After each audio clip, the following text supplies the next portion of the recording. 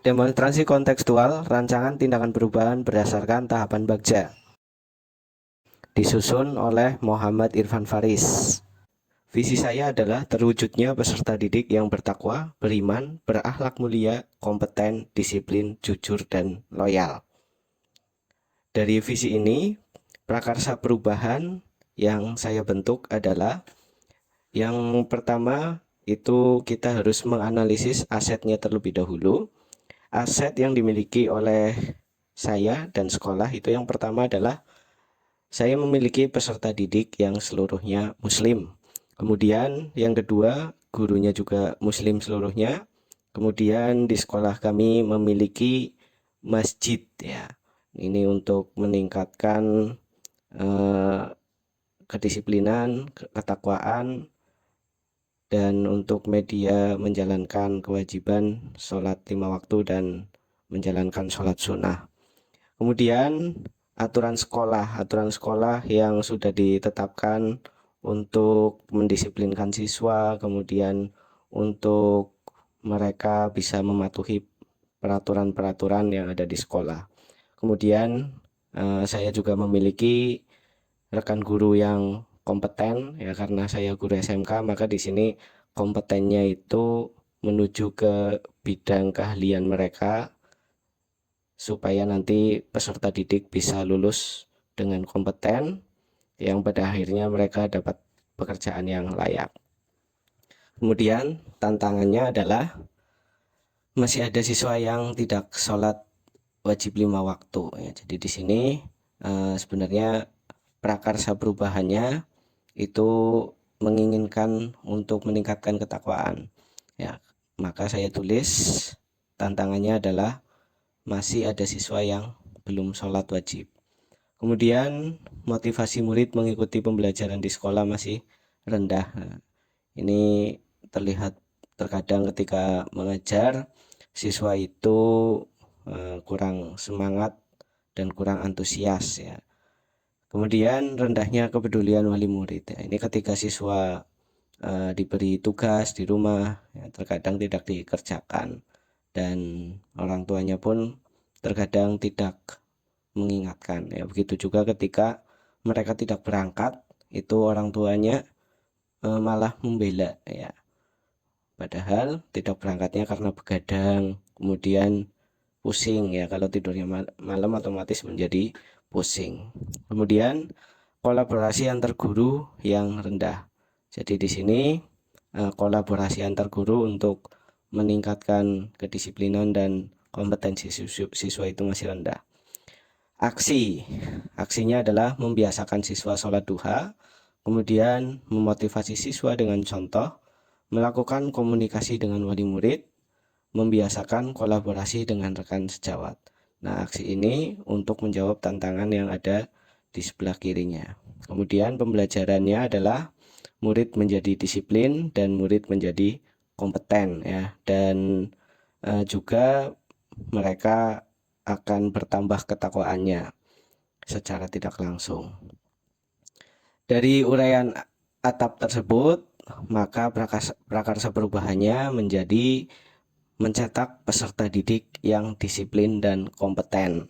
Karena dengan kedisiplinan mereka akan menjadi anak yang kompeten, dan setelah mereka kompeten, maka mereka dapat menjadi pekerja yang sukses karena menguasai materi atau memenuhi kebutuhan di dunia kerja.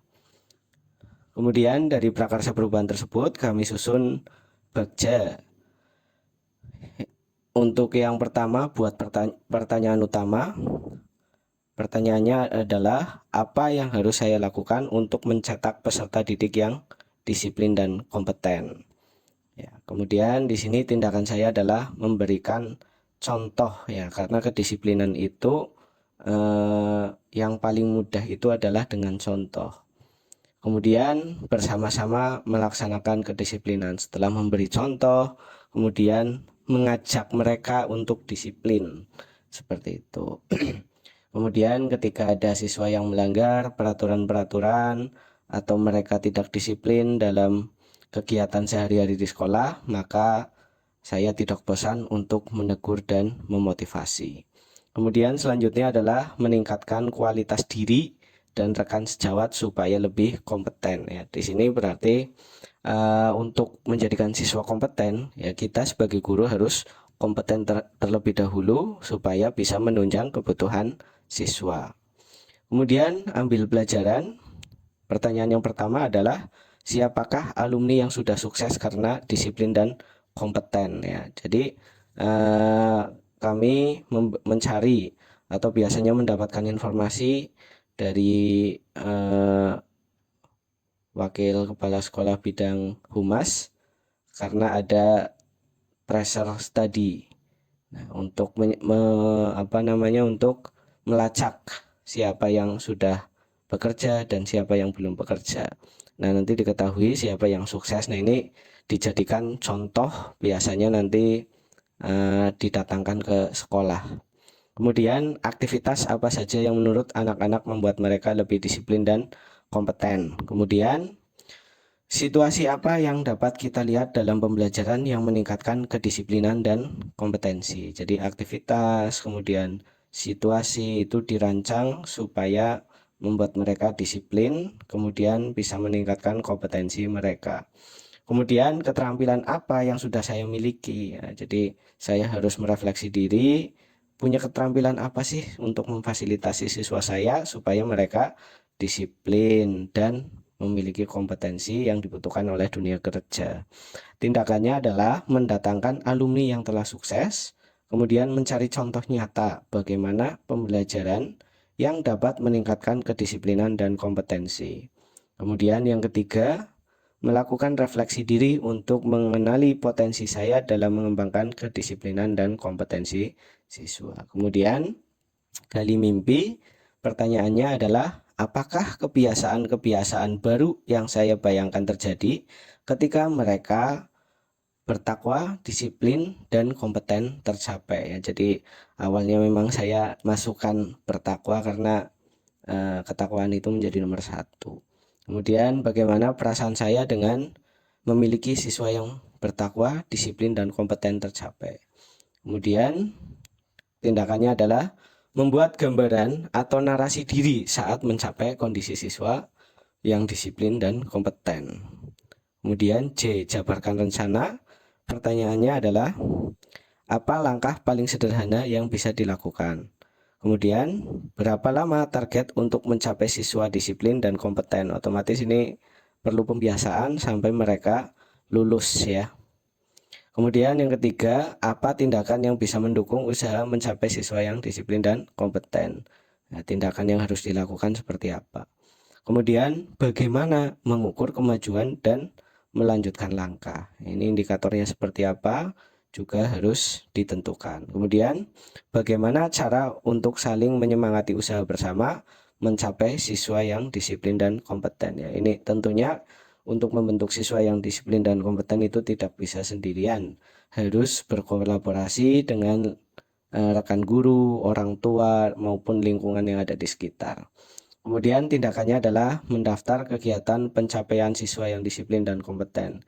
Ya, siswa disiplin di sini yang terlihat terlebih dahulu, misalkan pakaian yang rapi, datang tepat waktu, tidak terlambat, kemudian mereka bisa mengerjakan tugas-tugas dan kewajiban keagamaan mereka dengan baik dan sungguh-sungguh. Kemudian mendaftar juga kegiatan supaya mereka bisa kompeten, misalkan ada kegiatan jam tambahan ataupun nanti melengkapi perlengkapan yang dibutuhkan supaya perlengkapan atau alat untuk belajarnya itu lebih lengkap lagi. Kemudian mengidentifikasi siapa saja yang dapat membantu menjaga motivasi saya. Kemudian atur eksekusi. Pertanyaannya adalah siapa yang bisa mengarahkan dan memantau kedisiplinan siswa di sekolah dan meningkatkan kompetensi siswa. Kemudian siapa saja yang akan saya libatkan dalam mewujudkan rencana ini. Kemudian kapan usaha meningkatkan kedisiplinan dan kompetensi akan dimulai. Selanjutnya, bagaimana pencatatan kemajuannya? Siapa yang akan menampung curhatan tentang tantangan yang saya miliki ketika melakukan usaha mencapai siswa yang disiplin dan kompeten? Tindakannya adalah yang pertama tentunya membuat capaian yang realistis supaya tidak ngambang ya capaiannya apa saja. Kemudian membuat kegiatan yang melatih disiplin dan kompeten. Kemudian mengajak teman guru yang memiliki motivasi sama dengan saya seperti itu. Jadi itu adalah visi, kemudian kalimat prakarsa perubahan yang disusun menggunakan atap, kemudian membuat juga inquiry apresiatif dengan bagja. Demikian presentasi yang bisa saya lakukan, bisa merefleksi diri dari apa yang telah dilakukan dan kedepannya lebih baik lagi. Terima kasih. Assalamualaikum warahmatullahi wabarakatuh.